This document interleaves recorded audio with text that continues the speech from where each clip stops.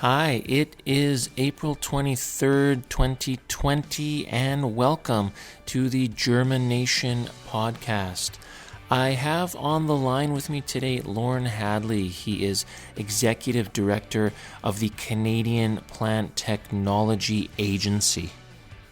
The CPTA is a member-driven, not-for-profit organization that supports intellectual property protection within the Canadian seed industry. This week, the CPTA is attempting to stop unscrupulous buyers seeking Canadian-developed seed varieties for export in violation of international distribution agreements. I have Lorne Hadley on the phone with me. Welcome, Lorne. Can you explain to our listeners what exactly is going on? So, Mark, thanks for the time today. What's happening is there is a group of buyers who have broadly contacted a number of seed growers, seed companies, even commercial farmers, seeking to buy seed or good quality grain of leading Canadian varieties. They're not fully representing where they want this product to go. They're making claims that it's going to be planted in a different province or in a different location, but they're interested in really fast sales. Our understanding is this product is being prepared and exported to Kazakhstan for use by Kazakh farmers. The challenge is that Kazakhstan is a country with limited no plant breeders' rights protection and limited patent protection. So once those varieties get into Kazakhstan, there will be no return to breeders. Simply the Kazakh farmers will use them without paying. This is not an issue where Kazakhstan is in a food crisis. This is a Kazakhstani approach to being more competitive in the grain markets. What happens here is Kazakhstan's traditional varieties are not the grain quality that's required by export markets, and it's challenged their exports. So this commercial entity, along with some other assists from commercial entities in Canada, have sought to acquire these varieties illegitimately and send them to Kazakhstan for the benefit of Kazakhstani commercial enterprises. So what are your members being faced with? What sort of tactics are these buyers using to try and acquire this seed to send to Kazakhstan? CPTA members have been working with their seed growers and others to kind of turn the tide and keep these sales from happening. But the number of calls and the number of names they use and the promises they make have continued to extend. So we're just making sure everybody's aware that this is going on. If you get a call, it's a little strange, and it's for a large volume of seed of one of our leading varieties, and promises are being made about, cash in advance and so on, or you should talk to the distributor of that variety and ensure that it's actually going to somewhere where the distributor has the right to sell. So it's quite disappointing. The focus of the Canadian seed industry is to develop varieties that benefit Canadian growers and Canadian grain exports and use. We don't focus on developing varieties at this stage for other markets. It's about Canada and benefiting Canada. So that's really what's happened. This has been going on now for several weeks. The communications have gone to breeding institutions, to seed companies, even to the federal government. And even though there's been direct requests to stop, the activity continues. I was on Twitter earlier, Lorne, and you mentioned on there that these buyers are actually operating out of Alberta, Saskatchewan, and Quebec, correct? At present, we know of 3 companies that are assisting the Kazakhstan commercial entity that's doing this. And they're located, the ones we know about are located in Alberta, Tisdale, and Quebec. Essentially, they phone up and use their business name, try to entice someone to sell, and then the shipping instructions for the product that's purchased are to go to Tisdale, Saskatchewan, or Quebec. all of this product is not going in bulk. It's going in most of it is being requested in mini bulk bags. So the average seed grower will get a request for a large quantity in mini bulks. And if they can't supply it in mini bulks, then it is transshipped to someone who puts it in mini bulks and then goes out either through, from what we can tell, through Montreal or High River. We're not prepared to name the companies at this point because we're considering the actions, but we also know that these buyers represent themselves by a variety of names, company names, and those company names continue to evolve. What's happened is if you send a warning and have a discussion with one company, 2 days later it's the same person calling like they're from a different company. So these companies that are doing this, they're obviously aware that this sort of thing isn't okay. This obviously is not a case where they're unaware of Canada's intellectual property laws. They're fully aware, and the Canadians, the members of CPTA that have been targeted in these have had direct personal conversations. They've sent letters of warning and cease and desist letters to various individuals and companies, and they've had no impact. So that's part of the challenge is that, our intellectual property laws will allow us to deal with Canadian citizens operating on Canadian soil. But if someone is calling using a number that happens to be from Kazakhstan or Russia, there's really not much we can do as Canadian citizens to stop those calls. It's something that has to happen from someone else. These varieties that are targeting are all, to date, they have been those varieties that have been developed in the public breeding system, with one exception.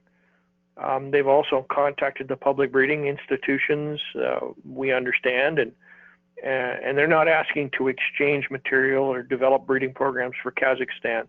They want finished varieties of large quantities shipped to them immediately. Now, this sort of scheme to acquire seed and send it to Kazakhstan, is this something you've seen before, or is this more of a new phenomenon? I think what's new about this one is no, this is not the first time people have come looking for Canadian varieties. Normally what happens is there's a discussion about whether or not there is, on the part of the distributor, the right to ship finished varieties into that country. And in some cases that right exists. Normally, however, if you get to a country where you say to them, this is, we don't want to ship because we don't have the rights, or we have a concern with whether or not we'll get payment, the activity stops. And it's happened before. In this case, it has not stopped. It has continued. We've had these incidents before. The other thing to remember is that Canadian developed varieties are shipped to other countries, but generally it's under some form of agreement where there is payment for use from the country they're shipped to. In this case, it's simply we want to buy the product and use it, and we have limited chance of any fee for use coming back to Canada, virtually none, under the laws that Kazakhstan is under. Kazakhstan is not a member of the International Treaty on Plant Varieties, known as UPOV. So they do not have a system in place for people to pay for the use of varieties. Does this have any relationship to the COVID-19 pandemic, or are these just simply unscrupulous business practices? No, from what we can tell, given what's been published, the Kazakh government wants to develop their agriculture, and one of their weaknesses is a lack of well-adapted varieties that meet modern grain quality standards. This has been going on before COVID-19. This approach started, the very first calls were actually made last fall. It's just been accelerated over the last number of months, and in the last few weeks it's been essentially, we're receiving, either our members or directly, we're receiving a report a day of someone being approached. And a broad range of cereals, pulses, and now even soybeans. So what can people do if they're approached by one of these companies? They can contact CPTA directly. One of the other things that seed companies have put in place is they understand it's difficult for you to as a seed seller to know if someone is legitimate. So they've put in place qualification forms. So if someone you've never heard of before phones up and wants a large quantity mini bulk of the latest varieties, they ask them to sign a document saying where it's going to be and who they are. The weakness in that approach is these people are prepared to sign those documents and misrepresent where the product is actually going. So we're just calling for people to be aware. We're also calling it, this is a case at which we would request that the federal government step in and make some inquiries or some sort of diplomatic approach to the Kazakhstanis and just simply say it's inappropriate. We understand your concern, but this is not how we in the international exchange of plant material work. Turning to the COVID-19 pandemic, Lorne, in recent weeks I've checked in with the Canadian Seed Trade Association, the Canadian Seed Growers Association, Commercial Seed Analysts Association of Canada. I spoke with the Canadian Seed Institute. How are CPTA members faring during the whole pandemic that we're facing? Well, on COVID-19, I am proud to say that I think that CPTA members were some of the leaders in dealing with COVID-19 responsibly. I will tell you that within hours of COVID-19 becoming an issue that we needed to deal with, CPTA members were some of the leaders in immediately moving to remote work and immediately moving to making sure that the ways of continuing business as best as possible were done in safe, effective things. And that included, notices to their staff saying, we want you to work from home. We'll provide you with information. We understand the issues around making site visits or farm visits, and we're going to stop those for now. And as they've sort of worked with members, I am pleased to say that seed retailers have been very responsible in putting in social distancing measures and sanitation measures so we continue to serve. So I think CPTA members have responded as well as any group of individuals and companies into making sure that we continue to serve our customers in safe, responsible ways. I will also tell you that for myself, and I am so proud of the fact that there's been a recognition among CPTA members of the stresses this puts on employees personally and in their families, and they've responded in positive ways and supportive ways, understanding for many of our employees and many of the CPTA member employees, they're also dealing with new situations, homeschooling of children, unable to visit elderly relatives, and the messages I'm receiving and the support that CPTA member companies have given to their staff, I think, is exemplary. We're going to get through this thing, but we're going to get through it together apart, where we work together and maintain those distances and use, high quality measures that keep us safe and look after our loved ones, both from a health, but also from a standpoint of having to deal with things.